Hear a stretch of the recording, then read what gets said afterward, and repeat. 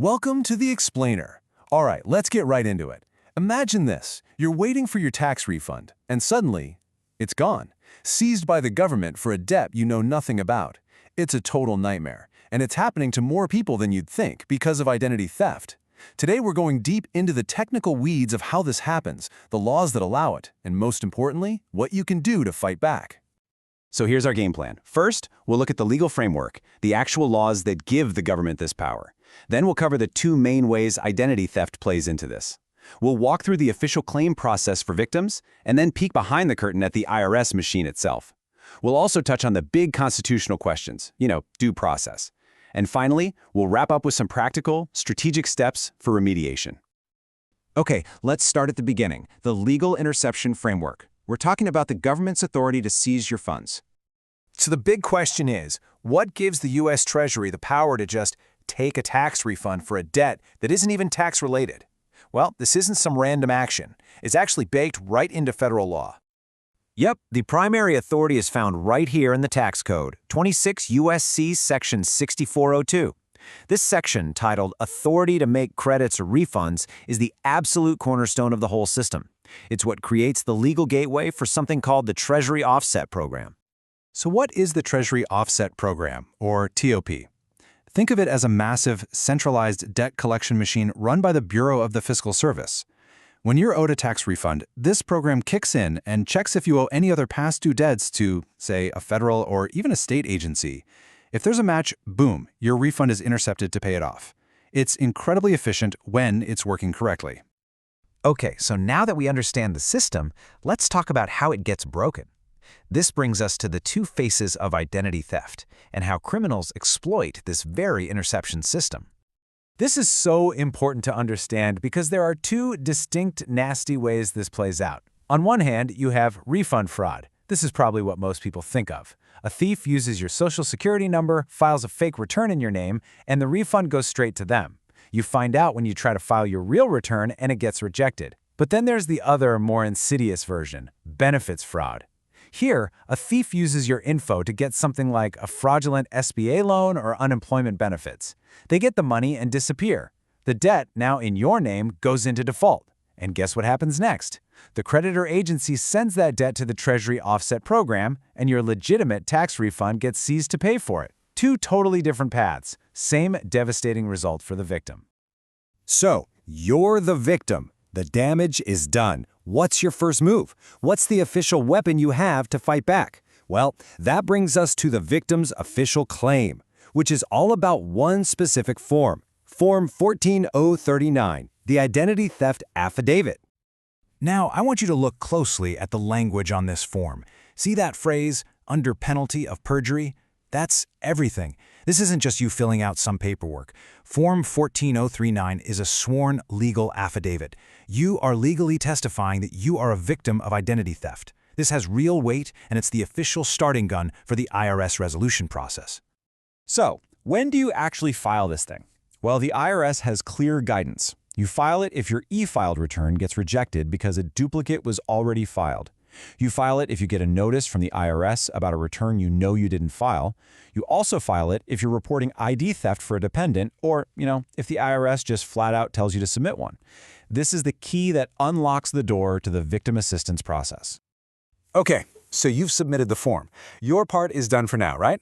Well, not quite. Now we have to look at what happens inside the IRS machine. And let me tell you, this is where things get complicated and very, very slow. Take a look at this number, 623 days. Let that sink in. According to the IRS's own public information, that is the average time it's taking them to resolve an identity theft case. We're talking about massive pandemic-related backlogs, so you, the victim, are in limbo for, on average, almost 2 years. So what's happening during those 623 days? Well, your case is moving through the IRS system, getting tagged with specific internal transaction codes. These codes are like a secret language, and they tell the whole story of your case. For example, a TC971 with an action code 522 means they've received your Form 14039 and the process has started. Then you might see an AC501, which means case closed, they believe you. Or an AC506, which means the IRS's own internal investigation confirmed the fraud. These are the digital breadcrumbs. right there in the Internal Revenue Manual that show what's happening or not happening with your claim. And this is why those codes are so incredibly critical. Getting that initial code, the TC971 AC522, is supposed to put a hold on your account. It's supposed to suspend it to prevent the Treasury Offset Program from snatching any more of your refunds while your case is being investigated. But here's the terrifying part. If an IRS technician makes a simple data entry error and doesn't apply that code correctly, your account stays vulnerable. You could have your refund seized again next year, all while you're stuck in that 623-day waiting period. This whole situation, this automated seizure, the massive delays, it all leads to a really fundamental legal question. This brings us to due process under fire and the constitutional challenge this system faces. So here's the core question.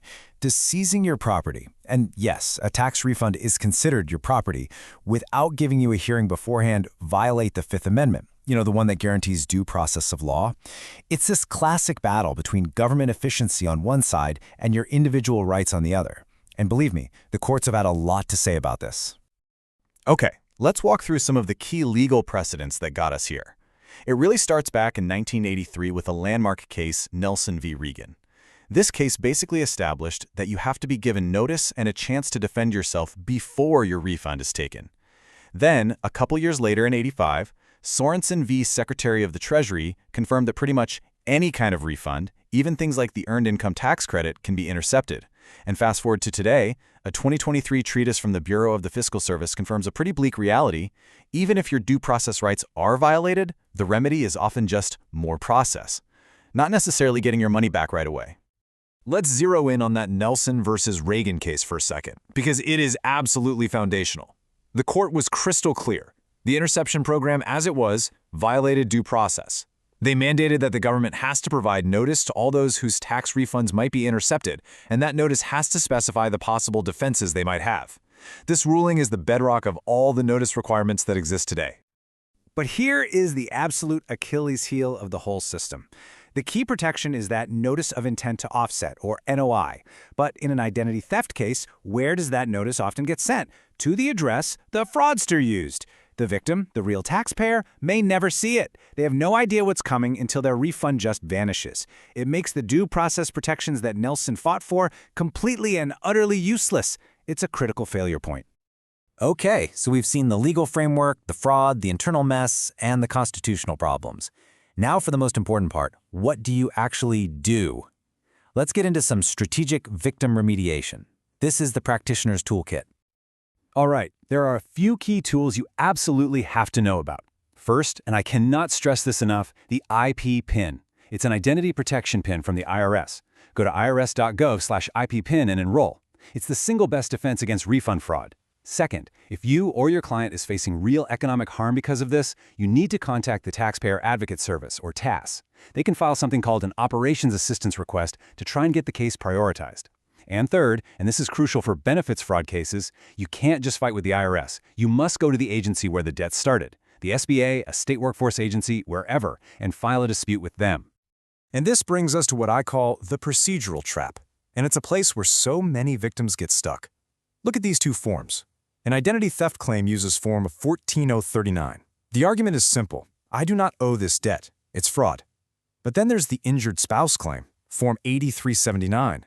This form argues something totally different. My spouse owes a valid debt, but my share of our joint refund shouldn't be taken. See the difference? If you're a victim of ID theft and you accidentally file the injured spouse form, you're not just causing a delay. You are implicitly admitting the debt is valid. It's a massive unforced error that can completely derail your case. So we've gone deep into the weeds of the current system, the laws, the codes, the forms, the court cases. But it all leaves us with one really big, lingering question. As criminals get more sophisticated, as automated fraud schemes evolve at lightning speed, can these old-school, paper-based, and incredibly time-intensive government processes ever hope to keep up? Is a system that takes 623 days to resolve a case capable of delivering the timely due process that the Constitution guarantees? That's the question we have to grapple with as we look to the future.